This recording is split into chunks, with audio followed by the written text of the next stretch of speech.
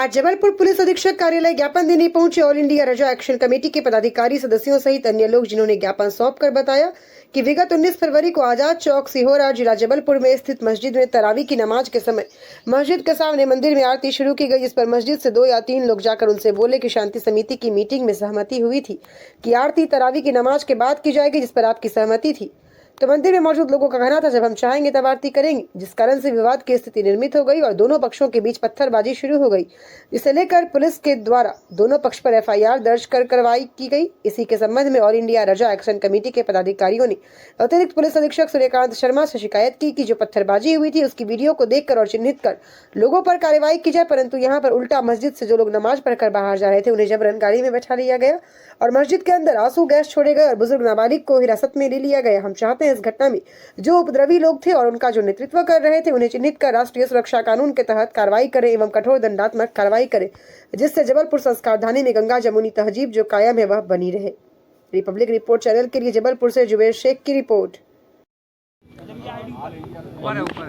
जी बताएं, आज आप लोग कहाँ से आए हैं, क्या मांग की है आपने और क्या आश्वासन? हम लोग all India Raza action committee के से आए हैं और 19 फरवरी को जो शर्मनाक घटना घटी है सिहोरा में, मस्जिद में जो तोड़ फोड़ की गई और पत्थरबाजी की गई, इसमें सबसे पहला एक विषय ये है कि जब दोनों पक्षों को थाने में बुला करके शांति समिति की मीटिंग में ये तय हुआ था कि तरावी के बाद आरती शुरू होगी, तो उसके पहले इन्होंने आरती शुरू की।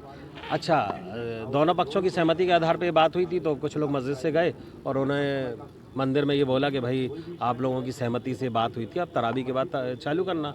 तो उन लोगों का ये जवाब था कि पुलिस प्रशासन हमारा है, सरकार हमारी, हम जब चाहे जो करेंगे। जिस बात पे उनसे विवाद हुआ और वहाँ जो मंदिर में जो लोग भी थे, पंडित जी थे या जो भी थे, इन लोगों ने उनके साथ जो लोग गए थे मना करने, उनके साथ गाली गलौज की और उसी बात पे विवाद बढ़ा, कि पत्थरबाजी शुरू हो गई। और थोड़ी देर बाद पत्थरबाजी गुप्ता स्वीट्स के पास से और गुप्ता स्वीट्स के ऊपर से, गुप्ता स्वीट्स की बाजू वाली गली से ज़बरदस्त पत्थरबाजी हुई, जो पत्थर मस्जिदों के अंदर तक भी आए हैं। एवं पुलिस ने जो है निर्दोष लोगों पे कार्रवाई कर दी। जो अंदर नमाज़ पढ़ रहे थे उसमें से कुछ लोगों को तो पता ही नहीं था कि बाहर क्या हो रहा है, क्योंकि नमाज के दौरान आदमी बिजी होता है, तरावी चलती रहती है। लेकिन पुलिस ने एक पक्षीय कार्रवाई की, जितने लोग अंदर थे उन सबको एक साथ जैसे जैसे बाहर आते गए बिठाते गए। उसमें एक नाबालिग लड़का है, एक शाहिल खान करके, जो नाबालिग है, जिसके 12वीं के 2 पेपर छूट गए हैं, वो जेल में है। तो इस तरह की चीज़ें, मतलब जो आया सामने उसको पकड़ लिया गया। और जो लोग खुलेआम पुलिस के आने के बाद मुंह में कपड़ा बांध करके, रॉड लेकर के, एक सी स्टील की रॉड लेकर के सुनियोजित तरीके से, ये पूरी प्लानिंग के तहत हुआ। और इसका पूरा सूत्रधार सुमित सिंह ठाकुर, बजरंग दल, विश्व हिंदू परिषद, करणी सेना, ये सारे लोग हैं। हमने इसके पहले भी सुमित सिंह ठाकुर की और विश्व हिंदू परिषद, बजरंग दल के संगठन की कई बार कंप्लेन की है। ये हमेशा जबलपुर में भी इस तरह की हरकतें करते हैं, कभी अजान को लेकर के, कभी मड़ई मस्जिद को लेकर के। और उसने पूरा प्रयास जबलपुर में किया था दंगा भड़काने का, लेकिन वो सफल हुआ सिहोरा में जाकर के। सिहोरा में भी कैसे सफल हुआ? अभी शौर्य यात्रा के दौरान उसने एक यात्रा निकाली थी, उसने भी उस समय भी उसने बहुत सारे ऐसे अल्फाजों का इस्तेमाल किया था जिस पर पुलिस को कार्रवाई करना था। और मैंने उस समय टीआई साहब को फ़ोन भी लगाया था, सिंह साहब को, तो उनका ये कहना था कि हम लोग वहाँ मौजूद थे, ऐसा कोई कंटेंट नहीं किया गया। जबकि वो मुस्लिमों को साफ साफ टारगेट कर रहा था कि अतिक्रमण फैला के रखे हैं, टोपी वालों के सामने प्रशासन जो है झुक जाता है, नतमस्तक हो जाता है, इस तरह की चीज़ें। हम लोगों ने पूरे साक्ष्य प्रस्तुत किए हैं, वीडियो दिए हैं, वीडियो के जो पेन ड्राइव है वो दिया है, कुछ हमने छायाचित्र दिए हैं, जिसके आधार पर इन लोगों पर कार्रवाई की जाए और जो निर्दोष लोग हैं, जो नमाजी हैं, उनको बाहर किया जाए। जिन्होंने ये कृत्य किया, हम उसकी घोर निंदा करते हैं, पूरी पुरजोर मजम्मत करते हैं, क्योंकि जो इस तरह के लोग हैं, इनका कोई मजहब नहीं होता है ना। ये लोग जो है सिर्फ दंगा भड़काने का काम करते हैं और ये अपनी सस्ती लोकप्रियता पाने का काम कर रहे हैं, जिसमें विश्व हिंदू परिषद का सुमित सिंह ठाकुर, करणी सेना वाला साफ उसने टाइम दे दिया 40 घंटे का, 40 घंटे के अंदर आप मस्जिद को तोड़ दो। अन्यथा सुमित सिंह ठाकुर का कहना कि हमारे कार्यकर्ता और हम लोग खुद अपने हाथ से जा कर के मस्जिद को तोड़ेंगे।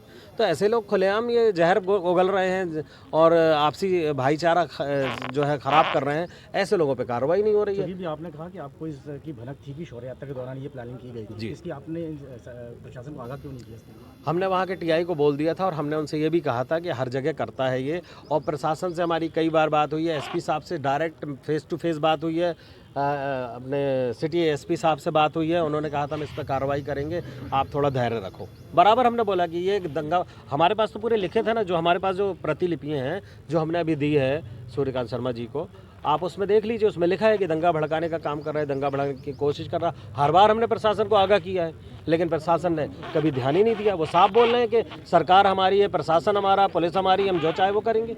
तो क्या जंगल राज मचाएंगे यहाँ पर है? उसके बाद एक निर्णय ये हो रहा है कि रातों रात टीआई का तबादला हो रहा है। तो टीआई साहब को जो बदला गया है, उनको हमने एक कंप्लेन दी थी गोहलपुर थाने में सत्येंद्र पांडे के खिलाफ, तो उनका ये कहना था कि आप अपराधी को पकड़ के ला दो, हमसे कह रही थी वो। ऐसे लोगों को वहाँ दिया जा रहा है, ट्रांसफ़र दिया जा रहा है, तो इसका मतलब यही है कि ये या तो फिर मुस्लिम विरोधी हैं, ऐसे लोगों को भेजा जा रहा है।